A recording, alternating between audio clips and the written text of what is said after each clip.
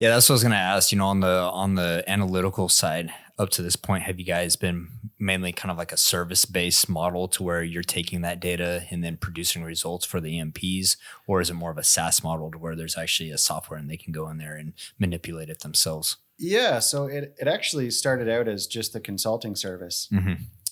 And we were sitting there and it was taking so much time for us to do it that we thought we need to make some type of internal tools for us to be able to do this faster.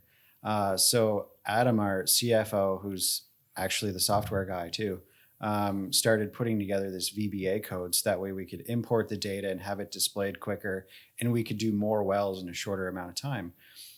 So it started out with that reservoir engineering consultancy, but then quickly started to develop into a SaaS solution.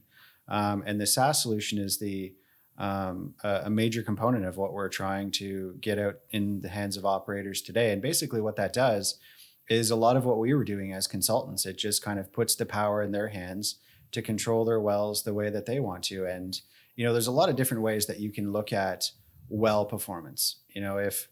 If you just some operators it's recovery factor, some operators it's EUR, and some it's net present value and IRR, and all those can be kind of different things, and really we're kind of agnostic to all of it. Hmm. Whatever kind of works best for you, we're going to help you get there, and this software is going to be a tool that does that for you, and it's very, very easy. There's some gauges in it, and basically green's good, yellow's not so good, and red's bad. So if it's green, you're okay. You can keep going. Yeah. If it's red, don't.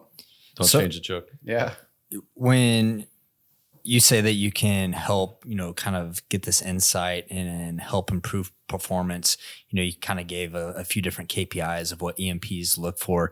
A big talking point over the last couple of years, more so the last 6 months, is, a lot of EMPs type curves are just completely off base, right? So have you guys been able to get more accurate, type curves, or whether it's, EUR, have you guys been able to actually say, yeah, look, we have data and we've been able to project well performance over, the next 4 or 5 years? Yeah, so there's actually an interesting way that we do that.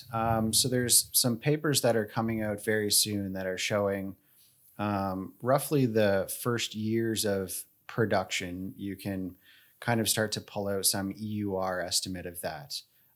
You can't really do it with 6 months worth of data, but a year we can start to get a better handle of, this well relative to that well is going to be this much better because of what we see after a year.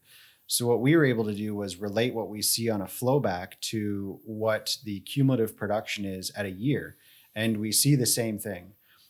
So we can infer that what we see on the flowback is going to be directly proportional to differences in EUR that we see a year out in terms of cumulative production at 180 days or just at a full year.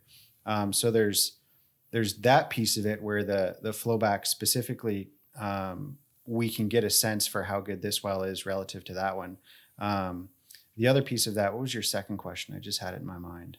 The type curve. Yeah, the type curves. So essentially what happens is people throw out these type curves and they'll say, all these wells in this area are going to hit this type curve, and then they don't. And they don't for a variety of reasons. And production practices are just one of them. So what we do is we can ensure that there's optimum production practices during the initial phase of production. So that way the well isn't being damaged during that period. After that, there's other things that could happen that make a well not fall on its type curve either. You can have, just general degradation of your completion, multi-phase effects, stuff like that. But during the initial production phase, we found there's a high likelihood that a well can either be damaged from being flowed too aggressively during that period, or you're not capitalizing on it enough by flowing it aggressively enough. So there's a happy medium in there that our diagnostic analysis and our workflow helps you get to. So that way you're flowing it back as fast as possible, getting the most out of it without damaging it.